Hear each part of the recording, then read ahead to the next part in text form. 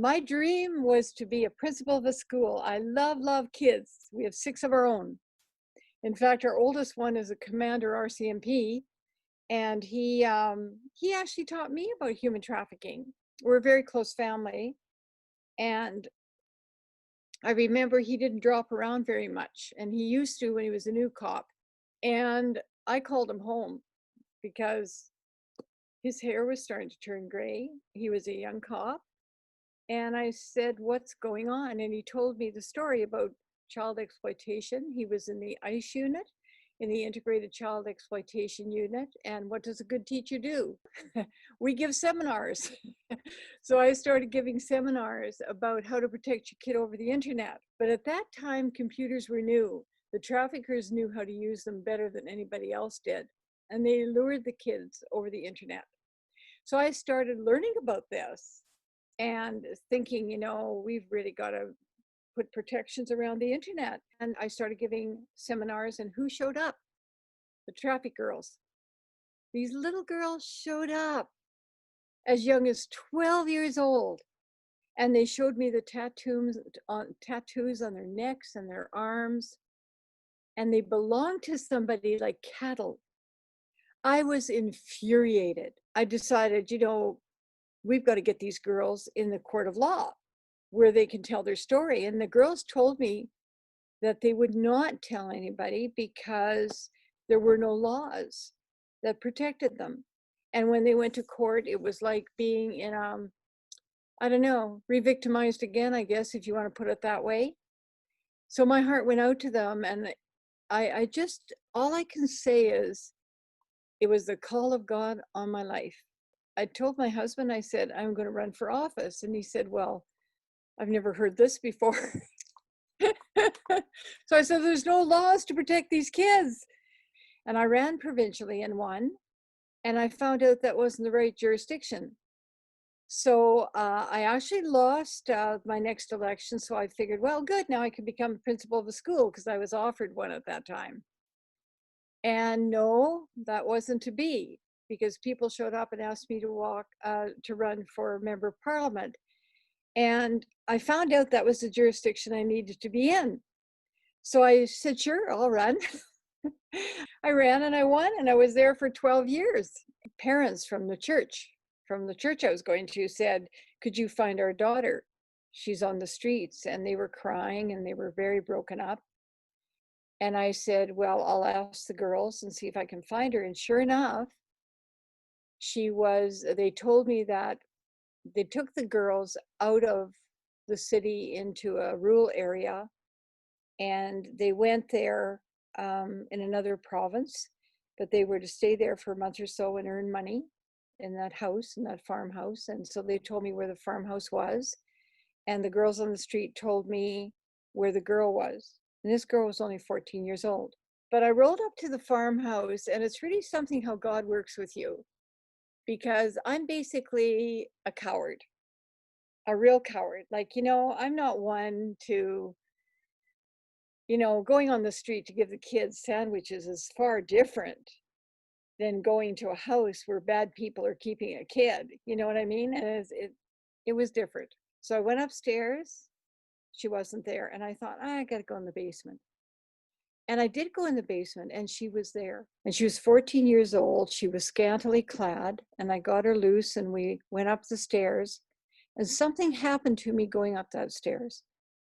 I took her hand in my hand, and my youngest daughter was the same age. And when I took that little girl's hand, I just can only describe it as I just fell in love with this little girl. And I thought, there's no way this should be happening to any child. I was really a novice at the time, and I had a lot to learn. This was my first rescue, and I made big mistakes. I took her back to her family because they went to my church, and I took her back to the family, and she ran away a month later. And that was a big mistake for me to do that, because I found out later that her daddy was doing bad things to her over a number of years. I lost that little girl. And I don't think she's alive today. I know I was in Ottawa after becoming a member of parliament, and I called my son, who's now commander RCMP in southwestern Manitoba. I said to him, "What do you do? I can't stop thinking about her." And he said something to me that was very profound. He said, "Mom, it's one child at a time." You know, it's such an honor to speak to all of you because you are dealing with one child at a time, and it matters. I remember going to Calgary Stampede and rescuing a lot of girls from the Stampede. It was a real setup. And I remember having a whole committee there with the mayor of Calgary and everybody. And I went to see Paul because he was, I mean, he's just the star all over Canada and such a genuine, wonderful person.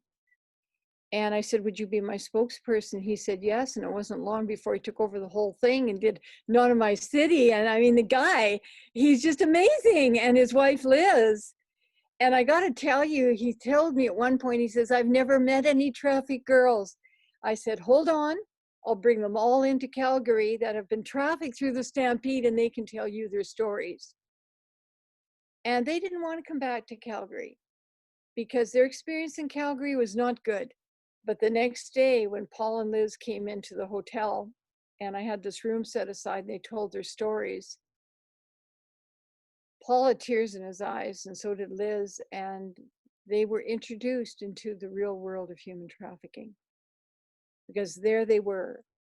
And Paul treated them so well and made them feel so special. And a lot of these girls now are working to help others. They're amazing young women, amazing. I have such a respect for them. When you dedicate yourselves like Harmony to Harmony, I find it amazing.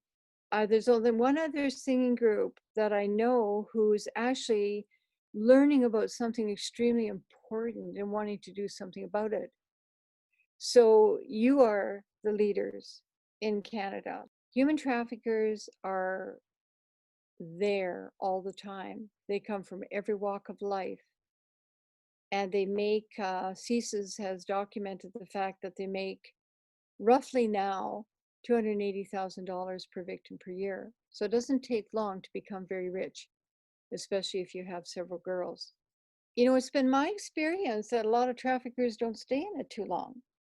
They stay 5 or 6 years and then they take the money and run, and they sell their girls to somebody else. So people are rising up now, which is so good. And your group wanting to, you can rock the world. It's God that does the work. Like when I went to Parliament, we wrestle not against flesh and blood, but principalities and powers and things unseen. Don't kid yourself. We do.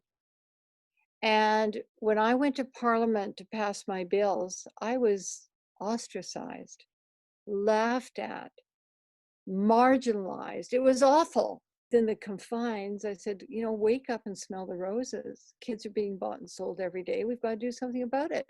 But I was the only voice in the room for the longest time.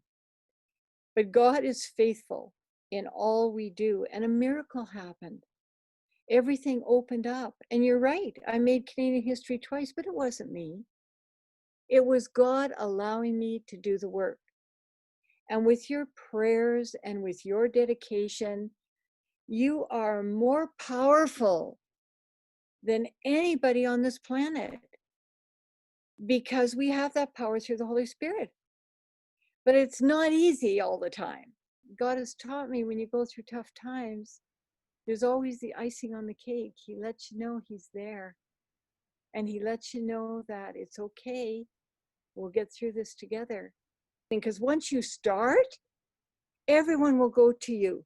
You don't have to have a name or pass a bill, or it's God that works in your heart because you're willing to do the work. You're willing to listen to his call. I just want to teach all the kids at an assembly about human traffickers and how they can protect themselves. And anything that I produce is anybody can watch it. I don't do any of the naughty stuff or things like that. Don't believe in that.